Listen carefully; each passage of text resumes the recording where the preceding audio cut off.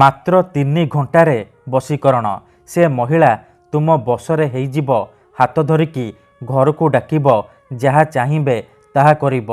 ହଁ ଫ୍ରେଣ୍ଡସ୍, ଆପଣ ସମସ୍ତଙ୍କର ଇଚ୍ଛା ଥିବ କେଉଁ ନା କେଉଁ ଝିଅ ବା ବିବାହିତା ମହିଳାକୁ ପଟେଇବା ପାଇଁ, ତାଠାରୁ ନିଜର ମନ ମୁତାବକ କାମ ହାସଲ କରିବା ପାଇଁ।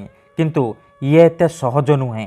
ଏଥିପାଇଁ ଆଜିର ଏହି ଭିଡ଼ିଓଟିରେ ମୁଁ ଆପଣଙ୍କ ପାଇଁ ଆମର ତନ୍ତ୍ରଶାସ୍ତ୍ରରୁ ଏମିତି ଏକ ପ୍ରଚଣ୍ଡ ମହାଶକ୍ତିଶାଳୀ ବଶୀକରଣ ନେଇ ଆସିଛି, ଯାହାର ପ୍ରୟୋଗରେ ଆପଣ କେଉଁ ବି କୁଆଁରୀ ଝିଅ ବା ବିବାହିତା ମହିଳାକୁ ମୁହୂର୍ତ୍ତକ ଭିତରେ ନିଜ ବଶରେ କରିପାରିବେ, ତାଠାରୁ ନିଜର ମନ ମୁତାବକ କାମ ହାସଲ କରିପାରିବେ।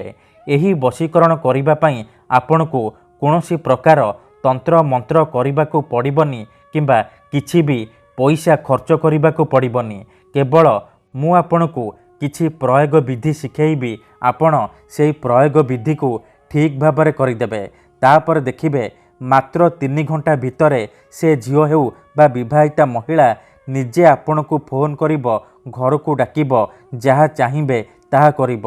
ଆପଣଙ୍କ ପ୍ରେମରେ ଏମିତି ଦିବାନୀ ହେଇଯିବ କି ଆପଣଙ୍କୁ ନ ଦେଖି ଗୋଟେ ମୁହୂର୍ତ୍ତ ବି ରହିପାରିବନି। ଯଦି ଆପଣ କେଉଁ ଝିଅକୁ ବହୁତ ଦିନ ହେଲା ଭଲ ପାଉଛନ୍ତି, କିନ୍ତୁ ଯେତେ ଚେଷ୍ଟା କଲେ ମଧ୍ୟ ତାକୁ ପଟେଇ ପାରୁନାହାନ୍ତି, ତାକୁ ନିଜର ମନ କଥା କହିବାକୁ ଡରୁଛନ୍ତି, ଆଉ ଆପଣ ଚାହୁଁଛନ୍ତି କି ସେ ଝିଅ ନିଜେ ଆସି ଆପଣଙ୍କୁ ଭଲ ପାଉଛି ବୋଲି କହୁ, ତେବେ ମୋ କଥା ମାନି ଆଜି ଏହି ବଶୀକରଣ କରିକି ଦେଖନ୍ତୁ। ଗ୍ୟାରେଣ୍ଟି ଦେଉଛି ସେ ଝିଅ ଆପଣଙ୍କ ପ୍ରେମରେ ଦିବାନୀ ହେଇଯିବ। ନିଜେ ଆପଣଙ୍କୁ ଫୋନ୍ କରିବ, ଆପଣଙ୍କୁ ଦେଖିବା ମାତ୍ରେ ଭଲ ପାଉଛି ବୋଲି କହିବ। ହଁ ଫ୍ରେଣ୍ଡସ୍, ଏହି ବଶୀକରଣ ଏତେ ଶକ୍ତିଶାଳୀ କି ଏହାର ପ୍ରୟୋଗ କେବେ ବି ଖାଲି ଯାଇନି। ଯିଏ ବି ଏହାକୁ କରିଛି 100ରୁ 100% ସଫଳ ହେଇଛି। ତେଣୁ ଯଦି ଆପଣ ସୁନ୍ଦରୀରୁ ସୁନ୍ଦରୀ ଝିଅକୁ ପଟେଇବାକୁ ଚାହୁଁଛନ୍ତି, ସୁନ୍ଦରୀ ପଡ଼ିଶା ଘର ଭାଉଜକୁ ପଟେଇବାକୁ ଚାହୁଁଛନ୍ତି, ତେବେ ମୋ କଥା ମାନି ମାତ୍ର ଗୋଟିଏ ଥର ଏହି ବଶୀକରଣ କରିକି ଦେଖନ୍ତୁ। ତାପରେ ଦେଖିବେ କିପରି ସେ ଝିଅ ପଟିଯିବ। ପଡ଼ିଶା ଘର ଭାଉଜ ହାତ ଧରିକି ଘରକୁ ଡାକିବ, ଯାହା ଚାହିଁବେ ତାହା କରିବ। କୌଣସି ପ୍ରକାର ବାଧା ଦେବ ନାହିଁ। ନମସ୍କାର ଫ୍ରେଣ୍ଡସ୍, ଓଡ଼ିଆ ଫଣ୍ଡା ଚ୍ୟାନେଲକୁ ଆପଣମାନଙ୍କୁ ସ୍ୱାଗତ। ଆଜିର ଏହି ଭିଡ଼ିଓଟିରେ ମୁଁ ଆପଣଙ୍କୁ ଶିଖେଇବି ଆପଣ କିପରି ଘରେ ବସି ବସି ସୁନ୍ଦରୀରୁ ସୁନ୍ଦରୀ ଝିଅ ବା ବିବାହିତା ମହିଳାକୁ ପଟେଇ ପାରିବେ, ନିଜ ବଶରେ କରିପାରିବେ। ଜାଣିବା ପାଇଁ ଭିଡ଼ିଓଟିକୁ ପୁରା ଧ୍ୟାନ ସହିତ ଶେଷ ପର୍ଯ୍ୟନ୍ତ ଦେଖିବେ। ଅଧାରୁ ଛାଡ଼ିକି ପଳେଇଲେ ଆପଣ କିଛି ବି ବୁଝିପାରିବେନି। ପରେ ଆପଣ କହିବେ, ଗୁରୁଜୀ ଆପଣଙ୍କର ବଶୀକରଣ କାମ କରୁନି। ତେଣୁ ମୋର ଆପଣମାନଙ୍କୁ ଅନୁରୋଧ କି ଆପଣ ଭିଡ଼ିଓଟିକୁ ପୁରା ଧ୍ୟାନ ସହିତ ଦେଖନ୍ତୁ, ପ୍ରୟୋଗ ବିଧିକୁ ଠିକ୍ ଭାବରେ ବୁଝନ୍ତୁ। ତାପରେ ଆପଣ ଏହି ବଶୀକରଣ କରିବା ପାଇଁ ଯିବେ। କାହିଁକି ନା ଏହି ବଶୀକରଣକୁ ପ୍ରୟୋଗ କରି ହଜାର ହଜାର ଲୋକମାନେ ଲାଭବାନ ହେଇଛନ୍ତି। ନିଜ ପସନ୍ଦର ସୁନ୍ଦରୀରୁ ସୁନ୍ଦରୀ ଝିଅକୁ ମୁହୂର୍ତ୍ତକ ଭିତରେ ପଟେଇ ପାରିଛନ୍ତି। ତାଠାରୁ କିଛି ବି କାମ ହାସଲ କରିପାରିଛନ୍ତି। ଶାଶୁ, ନଣନ୍ଦ, ଦିଅର, ଭାଉଜ କାହାକୁ ବି ନିଜ ବଶରେ କରି ତାଠାରୁ ନିଜର ମନ ମୁତାବକ କାମ ହାସଲ କରିପାରିଛନ୍ତି।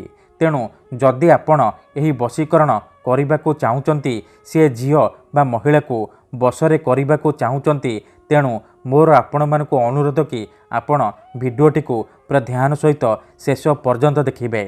ବିଧିଟି ଜାଣିବା ପୂର୍ବରୁ ଆଉ ଗୋଟିଏ ଛୋଟିଆ କଥା ମନେ ରଖନ୍ତୁ।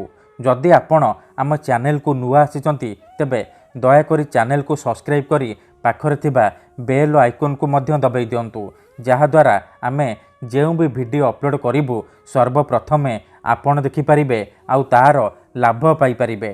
ମନେ ରଖନ୍ତୁ, ଏହି ବଶୀକରଣ ବିଧିକୁ ଆପଣ କେବଳ ବୁଧବାର କିମ୍ବା ରବିବାର ଦିନ କରିପାରିବେ। ଦିନ 3ଟାରୁ ସନ୍ଧ୍ୟା 6ଟା ମଧ୍ୟରେ କରିବେ। ବିଧିଟି କରିବା ପୂର୍ବରୁ ଭଲ ଭାବରେ ହାତ ଗୋଡ଼ ଧୋଇକି ଏହି ବଶୀକରଣ ଆରମ୍ଭ କରିବେ। ମନେ ରଖନ୍ତୁ, ଏହି ବଶୀକରଣ କରିବା ପାଇଁ ଆପଣଙ୍କୁ କିଛି ସାମଗ୍ରୀ ଦରକାର। ଯେମିତିକି ଗୋଟିଏ ବରପତ୍ର ଆଣିବେ, ଆଉ 2ଟା ଲବଙ୍ଗ ଆଣିବେ, ଖଣ୍ଡେ ନାଲି ସୂତା ଆଣିବେ, ଆଉ ନାଲି ରଙ୍ଗର କଲମ ଆଣିବେ, ଅଳ୍ପ ଟିକେ ଲାଲ ସିନ୍ଦୁର ଆଣିବେ। ଏତିକି ଜିନିଷ ଆଣିସାରିବା ପରେ ଆପଣ କୌଣସି ଏକ ଜାଗାରେ ଚୁପଚାପ ବସି ପଡ଼ିବେ, ଯେଉଁଠାରେ ଆପଣଙ୍କୁ କେହି ଦେଖିବେନି କିମ୍ବା ଅଧାରୁ ଡାକିବେନି। ପ୍ରଥମେ ଆପଣ କ'ଣ କରିବେ, ଯେଉଁ ବରପତ୍ର ଆଣିଛନ୍ତି ସେ ବରପତ୍ର ଉପରେ ନାଲି କଲମର ସାହାଯ୍ୟରେ प्रथमे आपण सेई झियो बा महिलार नाम लिखिबे जहाकू आपण निज बसरे करने को चाहूँगी। ता तले गोटे स्वस्तिक चिन्ह करेंगे आउ ता तले आपण निजर नाम लिखिबे। नाम लिखि सारिबा परे आपण कौन करेंगे ता उपरे 2टा लवंग रखिदेबे। लवंग रखि सारिबा परे से लवंग उपरे अल्प टिके लाल सिंदूर पकईदेबे। एतिकी करि सारिबा परे आपण से बरपत्र को भल भाबरे मोड़िकी नाली सूतारे बांधिदेबे। सी गोटे पुटुली होइजिबो। आपण से पुटुली को नेइकी कौनसी एक सुनसान जगह को जिबे सेठी से पुटुलीटी रखिदेबे। तापरे सेई झियो बा नारी को मने मने भाबिबे। तापरे से झियो बा महिलार नाम 21 थर कहिबे। कहि सारिबा परे से जो बरपत्र रखिचंती ता उपरे गोटे पत्थर किंबा इटा मड़ई देकी चुपचाप घर को फेरी आसिबे। ग्यारंटी देउची एतिकी करिकी देखंतु जेउ झियो बा महिला पई आपण एही वशीकरण करिथिबे सीए आपणकर बसरे होइजिबो। जहा चाहिबे ताहा करिबो। धन्यवाद।